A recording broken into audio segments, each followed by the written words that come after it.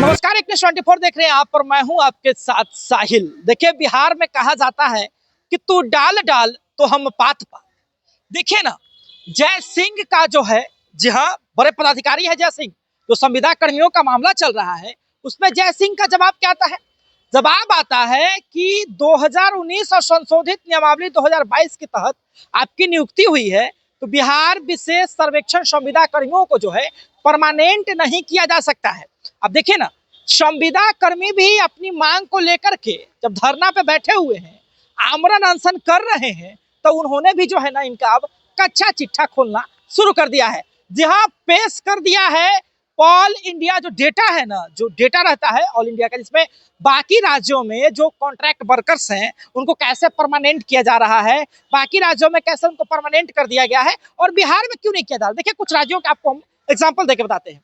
हमारे पास जो डेटा है, उस डेटा से हम आपको एग्जाम्पल देके बताते हैं कि स्पष्ट तरीके से कुछ राज्यों का जो डेटा हम आपको सामने प्रस्तुत करेंगे। पहले बात करते हैं गुजरात की। ठीक है, गुजरात की बात करते हैं। गुजरात में जो है नियुक्तियां तकरीबन 2008 के समय में जो है हुई थी, और आपको बता दें कि परमानेंट करने की बात कही गई थी कि 5 साल के बाद जो है परमानेंट कर दी जाएगा। जहां बकायदा ये डॉक्यूमेंट आपके सामने शो हो रहा होगा, और ये भी शो हो रहा होगा कि जो भी राज्य का नाम ऊपर आपको शो हो रहा होगा, उसमें जो ग्रीन टिक किया गया है वो उन राज्य को है जिसका परमानेंट करने की बात कही गई है, परमानेंट हो गया है। साथ ही में जो रेड टिक किया हुआ है उन राज्यों का है जो कि परमानेंट नहीं करने की बात करते हैं, और साथ ही में जो ब्लैक टिक किया गया है वो परमानेंट करने के लिए वादा कर चुके हैं। तो गुजरात की अगर आप बात करें तो गुजरात में कहा गया था कि 5 साल के बाद जो है आपको परमानेंट कर दिया जाएगा। ठीक है, उसके बाद हम बात करते हैं वेस्ट बंगाल की। 2019 में इसकी हुई थी, इसको भी परमानेंट कर दिया गया। डेटा के अनुसार 2019 में जो बंगाल में नियुक्तियां हुई थी, स्पेशल जो अमीन है, साथ ही बिहार विशेष जो सर्वेक्षण संविदा कर्मी जैसे बिहार में बैठे वैसे जो वहां थे, उनको जो है परमानेंट कर दिया गया। साथ ही में अगर आपको उड़ीसा की बात करें, 2010 में जो हुआ था अमीन को परमानेंट कर दिया गया। अगर आपको हम आंध्र प्रदेश की बात करें तो 2020 में जो हुआ था उसको 2 साल के बाद परमानेंट कर देने की बात कही गई कि 2 साल तक जो लोग कॉन्ट्रैक्ट में रहेंगे उसके बाद उनको परमानेंट कर दिया जाएगा। उसके बाद जो है आपको बता दें, कर्नाटक की बात करें 2018 में तो लैंड सर्वेयर को कहा गया कि प्रॉमिस करते हैं कि कॉन्फ्लिक्ट अगर नहीं रहा तो आपको भी जो है परमानेंट कर दिया जाएगा। तो ये रहा कुछ राज्यों का एग्जाम्पल। तो देखिए ना भैया, कहा जाता है ना, बिहार को लोकतंत्र की जननी कहा जाता है। बिहार जिसको आंदोलन की भूमि कहा जाता है। बिहार में बड़े बड़े आंदोलन हुए, और एक आंदोलन बिहार विशेष सर्वेक्षण संविदा कर्मियों का जो है हो रहा है। और ये हमने आपको एग्जाम्पल दिया, कई राज्यों का एग्जाम्पल दिया।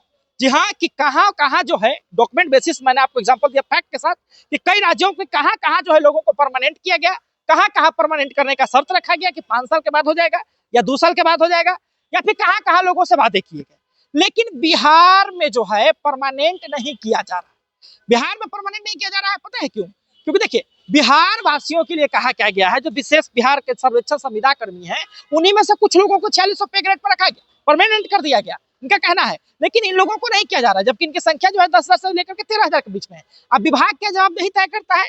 विभाग कहता है कि स्पष्ट तरीके से 2019 और संशोधित नियमावली 2022 के तहत जो है 21-22 के तहत आपकी नियुक्ति हुई है, उसके बाद जो है आप लोगों उसमें स्पष्ट तरीके से शपथ पत्र में लिखा होता है कि आप लोग संविदा पर रहेंगे, कॉन्ट्रैक्ट पर रहेंगे, आप लोग का नहीं हो सकता है परमानेंट।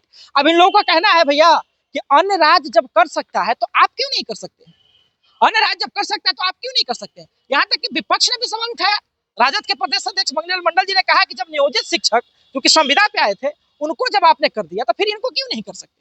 अब देखना बहुत दिलचस्प होगा, क्योंकि ये लोग भी जो है अपनी मांगों को लेकर लगातार अड़े हुए हैं। हालांकि इनके संगठन के कुछ लोग जो है, मतलब कि जैसे कि सर्वेक्षण संविदा कर्मी जितने लोग हैं, विभाग दावा कर रही है कि 4,000 के करीब में लोग जो है वापस लौट चुके हैं। ये लोग दावा कर रहे हैं कि 2-3,000 के करीब में और लोग आकर के साथ इस धरना से जुड़ चुके हैं।